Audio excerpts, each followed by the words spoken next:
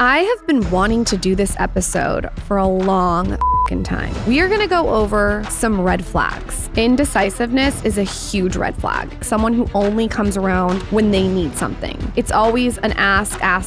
It's never a give. We cannot use ... Dot has got to be burned. Negative words. Whew. Every single motherfucking guy that's listening right now knows about the Sunday texter. And if you have the confidence and the ability to really value yourself, you aren't putting up with that.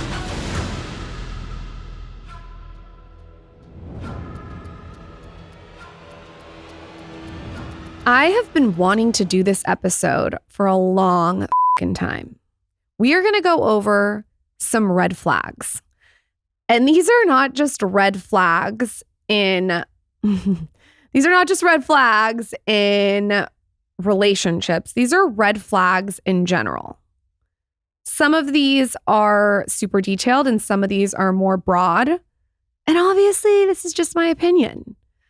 It's also the Dear Media and Skinny Confidential's opinion, because I asked a bunch of the team members what their red flags were. I also asked my trainer. I asked Weston. I asked Michael. I collected some red flags.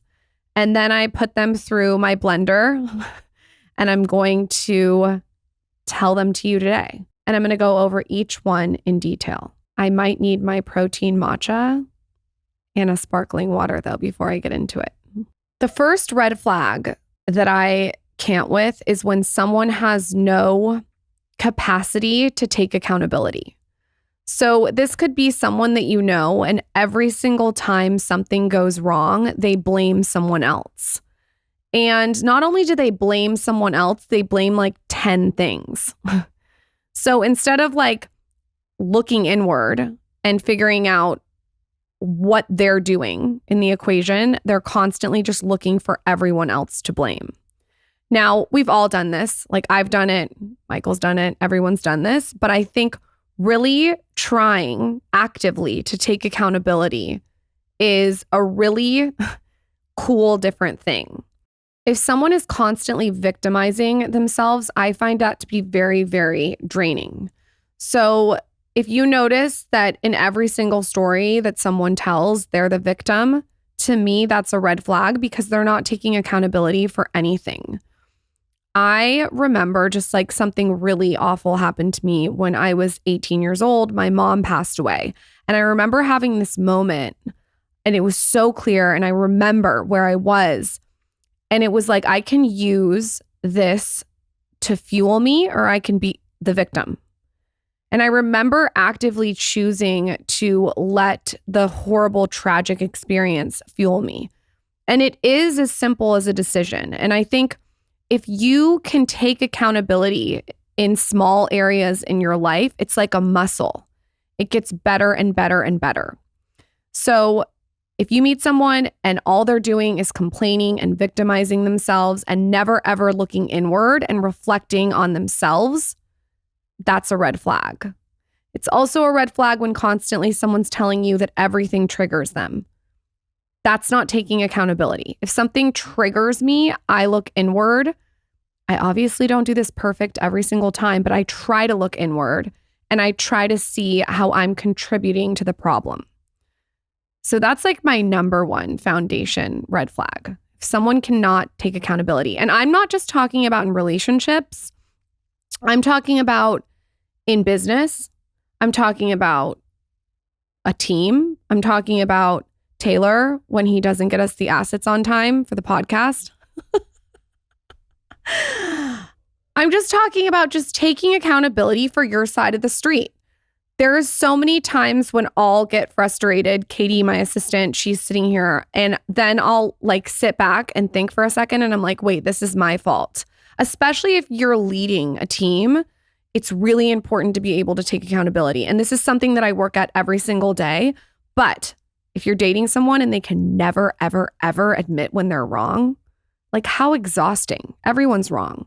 So I think the accountability is really, really important. And it's a red flag if someone's not taking accountability.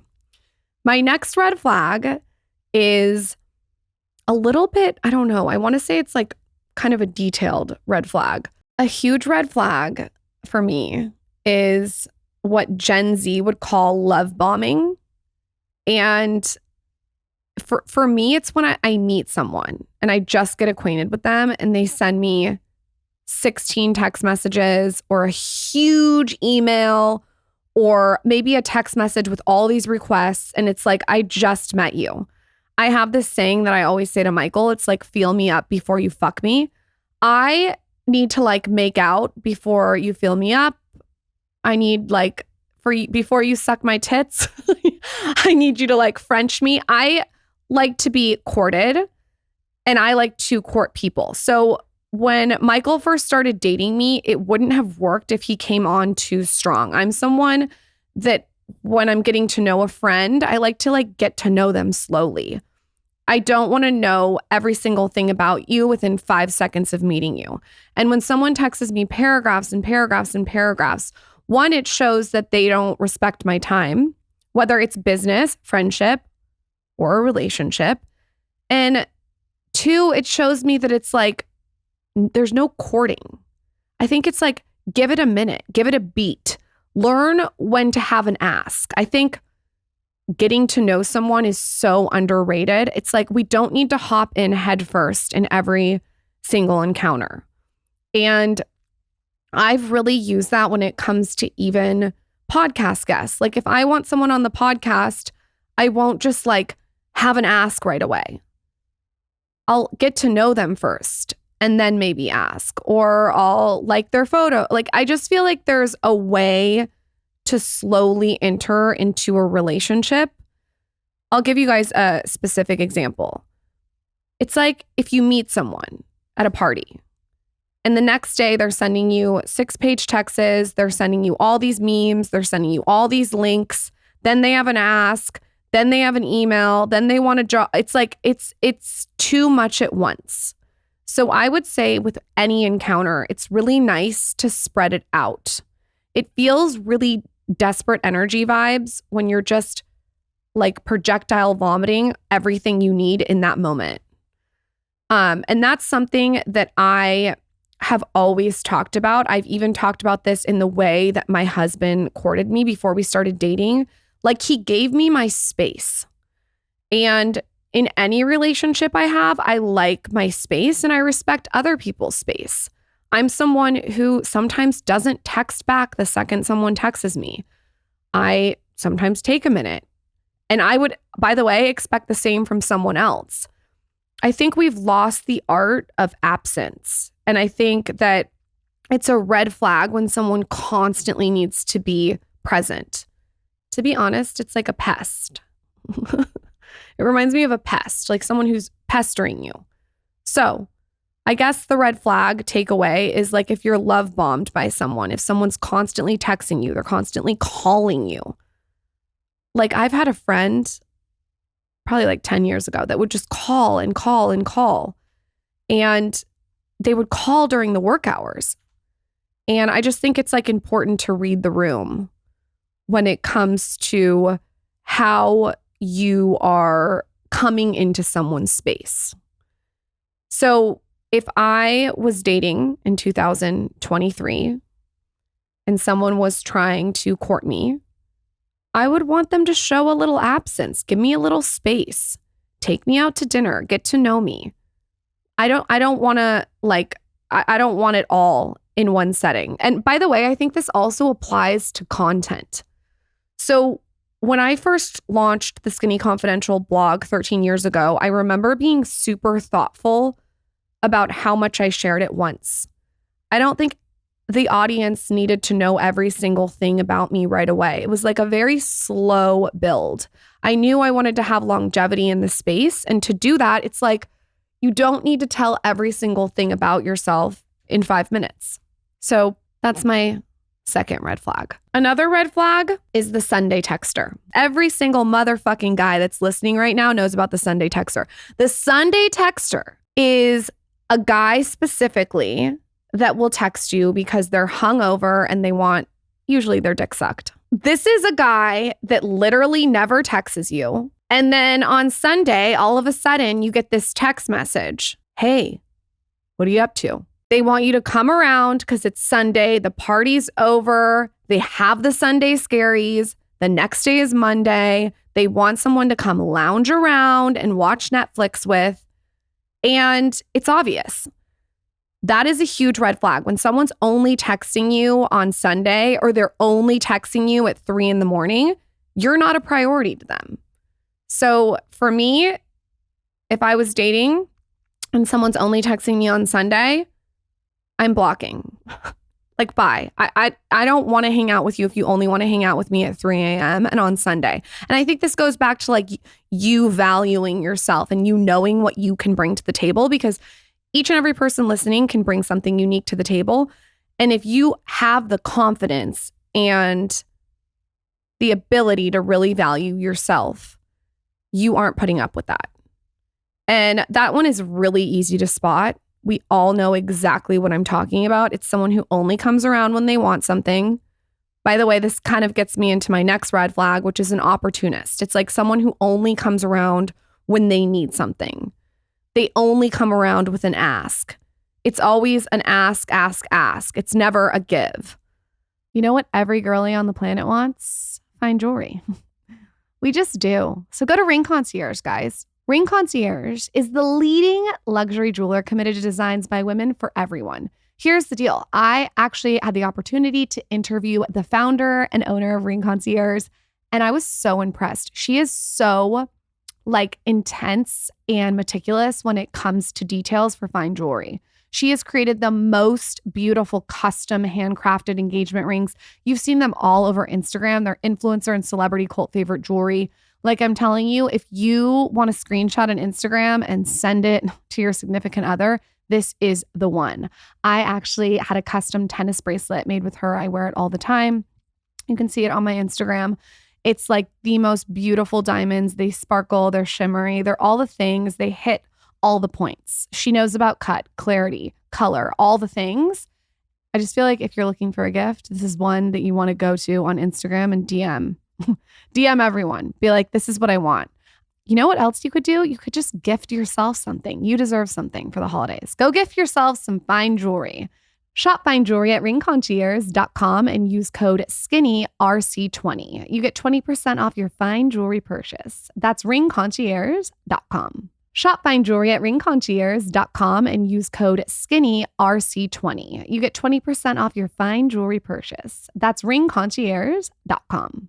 Let me tell you what everyone wants to receive on the holidays. Everyone. Non-toxic cookware, non-toxic kitchenware. And the brand to go to is Caraway. I have their beige 7 set situation. It has little details of silver. It's so cute. So much so that I actually keep bone broth out on my stove in the big pot because the pot's so beautiful. And I also just want bone broth on the go. This kitchenware is the best. I learned on an episode with Max Lugavere that there is so many toxic chemicals in our kitchenware. So we're going to cook eggs for our kids in the morning, and the eggs are just getting inundated with all these chemicals. So I sought out to find the best of the best, the creme de la creme, and that is Caraway at Home. They have non-toxic kitchenware. It features a chemical-free ceramic coating. So all your food can be prepared with peace of mind. There's no hard to pronounce chemicals that will leach into your healthy ingredients. And there's no PFSA. There's no PTFE. There's no PFAO. There's none of those toxic chemicals that are going to go in your food. And I'm telling you, it is the best gift to give. They have all kinds of colors. It fits with the aesthetic of anyone's home. Visit carawayhome.com/skinny10. You can take advantage of this limited time offer for up to 20% off your next purchase. This deal is exclusive for him and her listeners and won't last long. So visit carawayhome.com/skinny10. You're going to get all new kitchenware before the holidays. Caraway, non-toxic cookware made modern. It is the holiday season. You know how I know this. Everybody is getting sick. I don't know what the hell is going around. All I know is that my immune system was on fire, and that is because I take all of my Symbiotica products every single day. I actually have some vitamin C and glutathione in my pocket as we speak. The things that I am taking from Symbiotica this holiday season to make sure that my immune system stays on point. 1, their elderberry serum and the immune support. 2, their coated silver. This stuff is absolutely incredible. If you're traveling, if you're flying on a plane, just put a little under under your tongue, and it guards your immune system from germs and viruses getting in.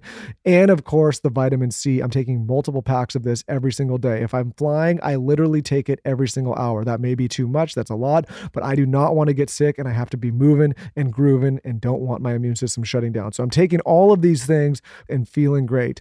They also have amazing essentials like their vitamin D3, which is an essential, their vitamin B. They have a magnesium spray. This has quickly become one of our favorite go-to supplement products out there on the market. They use the highest quality ingredients. We know the founders. They've been on the show multiple times. We know them personally, professionally, and just fully trust what they're doing over there at that company. It's actually incredible when you start to really understand all the stuff and all the quality that they're putting into their products. If you want to try Symbiotica, there's no better time than right now. They're having a special holiday sale so you can get their amazing products at a great price. You can save up to 20% off site-wide with our code SKINNY. Just go to Symbiotica.com and use code SKINNY. Again, that's Symbiotica.com and use code SKINNY for 20% off during their holiday sales. This one is like very similar to the Sunday texter, but it's like someone who just comes around when there's an opportunity. And even like going deeper into this one. So I was a bartender for probably, I want to say like 6 years.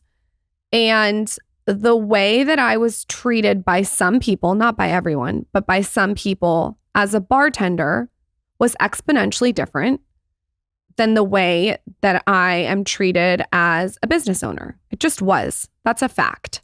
I think it's important to pay attention to how someone treats you at all stages in life. But the way I look at it is if someone treated me like shit when I was a bartender and now they're like sucking asshole, I put it in a bucket. I'm like, okay, that's someone that I really just don't want to be good friends with, because the only reason that they're being nice to me now is because I'm not bartending anymore. And they think that they can get something from me. That to me is a surface level person. It's not multifaceted. I think that you should try to treat everyone with respect and treat everyone equal. And Steph Shep said this on the episode that she came on. It's like, you never know what is going to transpire in someone's life. So just be nice and treat everyone with respect. Someone may be a bartender for 6 years and then later they may be an entrepreneur. So it's just like a lot easier to treat everyone equal no matter what stage they're at in life, because you never know. So that's someone that's a little bit of an opportunist. That definitely goes into the Sunday texter who's trying to get an opportunity to hang out with you because they're bored or having the Sunday scaries, or they want to fuck you. The next red flag is someone that's constantly bragging and talking about money and talking about everything they have and telling you, just always bragging. Like it's someone who's always telling you how great they are. To me, first of all, that screams insecurity. If you're on a date with a guy and all he does is talk about how much money he has, he needs to go read some books. I think like bringing other things to the table other than money. A lot of people have a lot of money, but like what else? What are you reading? What are you doing? What are you working on? What are your hobbies? Like, I just think it's really low-hanging fruit to only talk about how much money you have. I notice this mostly in men, which is interesting. It's like, I don't know if it's like a men thing, but or an ego thing. It's like sometimes they have to like put their dick on the table and like tell you how much they're making or like what hotel they're staying at. Or like, it's just like, it's exhausting. It's like, we got it. We get it. For me, when someone does that, I just like open my eyes wide and go, wow, yeah, cool. Like I don't even know how to respond. It's like the guy that has to pick you up in like the car and like drive the car fast. That's a red flag, by the way. By the way, like just a tangent. When Michael picked me up for our first date, I gave him a test. He picked me up. I get in the car. I'm like, is he going to try to drive fast to impress me? Because I don't know if I can hook up with him if he's going to try to drive fast. And he drove the speed limit. I was wet. It was done. He sealed the deal. It's like, why do we have to drive the car fast to show off? It's very childlike, I think. It's very immature. So if someone's constantly talking about money, I don't know if you can change that in a person. But to me, it's a little red flag-ish. Again, it's low-hanging fruit. Okay, this one is obnoxious. Someone who's always on their phone to the point where they're dismissing you. There's this guy that we used to go out with all the time. He's a friend of Michael and I's. I love him. He's a great guy. But every single time I would go to dinner or drinks or vacation with him, he was on his phone. And listen, I work from my phone. I get it. I get having to be on your phone. And I get that we all do it. But if you're constantly doing it, it feels like you're dismissing the person that you're with. And it feels like the phone is more important. I even noticed this with my daughter. Like, if she wants my attention and I'm on my phone, I really, really try to be present and put it down because it makes her feel like she's not the priority. I actually go out of my way when I go to dinner or drinks with anyone to put my phone away. I want it away in the handbag. If it's not work hours, I don't want it near me. I really try to be thoughtful of my relationship to my phone. And I am not perfect at this at all. Maybe I'm like red flagging myself, but I think it's important to examine how you show up with your phone. And if you think about it, it doesn't make me feel good when I'm with someone and they're constantly staring at their phone. It's just like, why am I here? This is a waste of time. So what I would do is, if this is you, I would just start by going to dinner and putting your phone away. And I will say, I always take out my phone. I'll take a quick picture and then I'll put it away. So get your picture in. But if you're on a date with a guy or a girl and they're just scrolling through their phone, I don't know. I think it's giving red flag. So if they're doing it every single time too, like imagine if you're married to them and they're literally obsessed with their phone all the time. I think it's so hot when someone can get off their phone and like put it away, put it on airplane mode. Airplane mode is hot. It is. It's hot. It's hot. Like, I will actively try to put my phone on airplane mode once a day. My favorite is to do it at 7:30 at night. I put it on airplane mode. It's bad to be on Wi-Fi anyway because of all the EMF, and put it in the other room and read a book. And then it's like, people are like, I don't know how people have time to read. How you have time to read is you put your phone on airplane mode. Airplane mode is a green flag. If a guy puts his phone on airplane mode, that's a marry. Indecisiveness is a huge red flag. If you are dating someone that can't make a decision, bye. They should know that they want to be with you. I mean, I think they should know. It's like, it's not a gray area. If someone's indecisive about wanting to take you on a date, bye. If someone's indecisive about doing a business deal with you, bye. If someone's indecisive about being your friend, bye. The indecisiveness kills me because you know what you want to do. Someone else knows what they want to do. There should be no question. And if there's a question, it's like, there's so many people in this world. And like I said in the beginning, like, you should have the strength and conviction and confidence that you don't want to be with someone that sort of doesn't know. Also, to me, indecisiveness is someone who wants to keep their options open, and it has a lot to do with ego. I don't know about you guys, but if I'm going to spend the rest of my life with someone and they're indecisive about that decision from the beginning, that's a red flag. I don't want to be with someone that doesn't want to 100% be with me. The same goes with business. If you don't want to work with me, next, like, swipe. So if you're feeling indecisiveness from anyone, move on to the next. You know what is another red flag? This is so obvious, but we gotta say it. Someone who's jealous or controlling. I always tell Michael, if Michael tried to put me back in the Jack in the Box, we would divorce. I don't want to be pushed back in the Jack in the Box. And what I mean by that is I see a lot of relationships where the woman wants to shine bright and the man wants to like put her back down. And that would be a problem for me. I'm attracted to a man who's quietly confident and comfortable with me shining. Because I shine, that doesn't take away from my husband. We can both shine.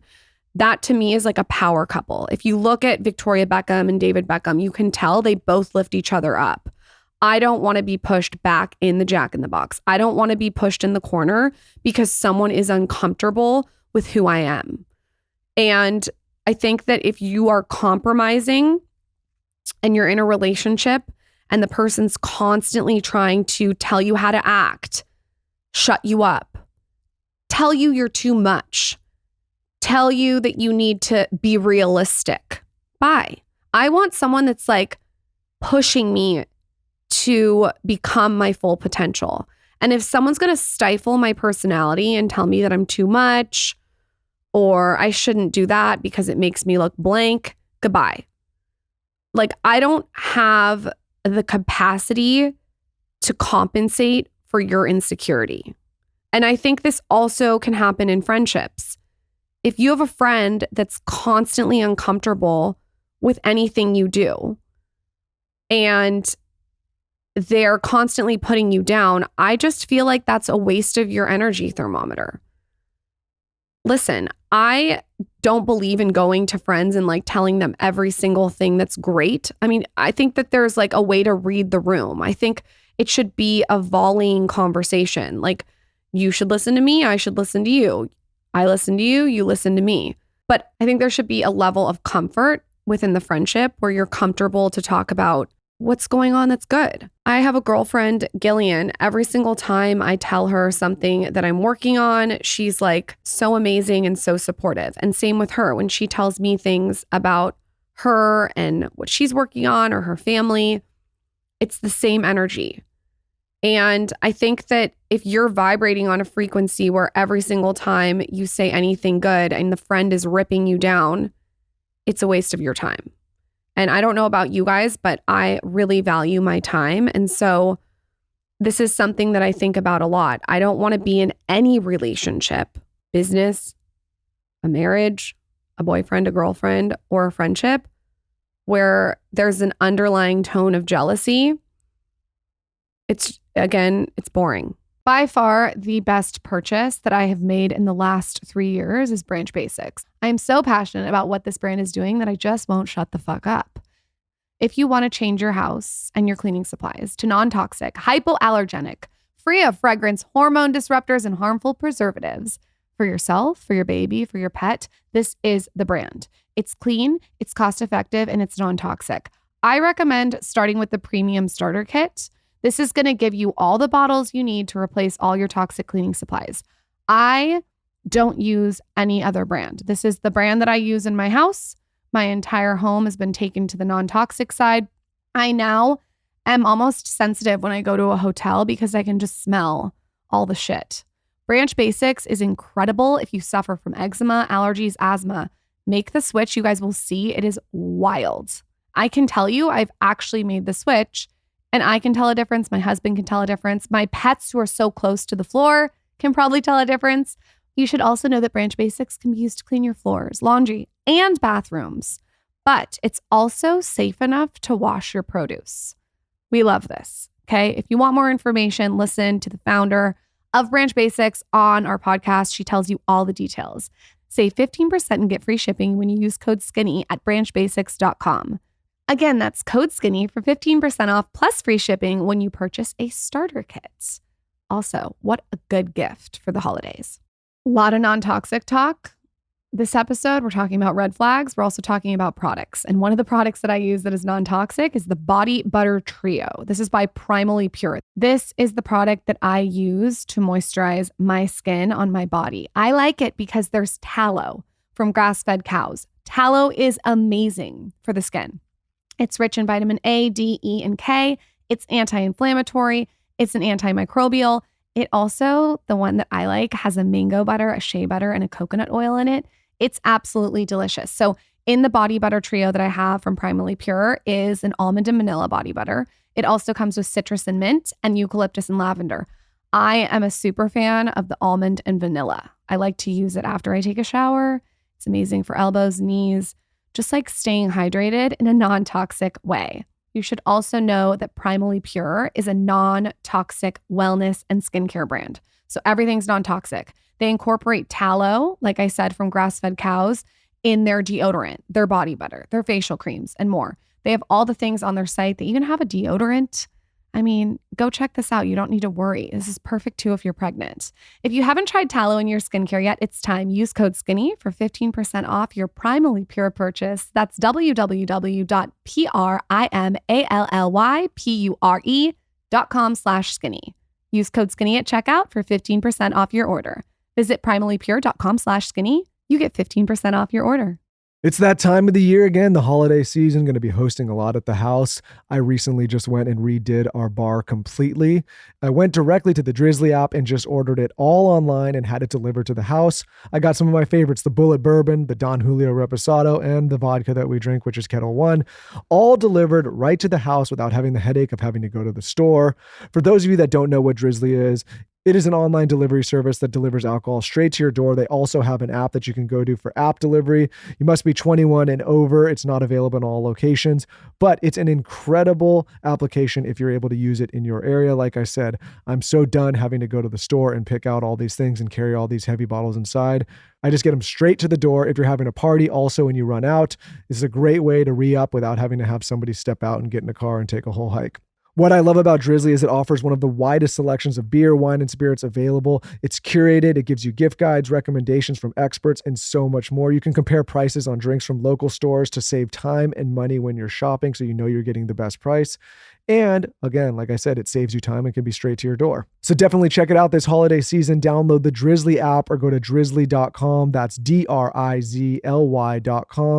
So download the Drizzly app or go to drizzly.com. That's DRIZLY.com. You must be 21 plus and over. So download the Drizzly app or go to drizzly.com. That's DRIZLY.com. You must be 21 plus and over. Not available in all locations. Again, visit drizzly.com or visit the Drizzly app. Negative words. Whew.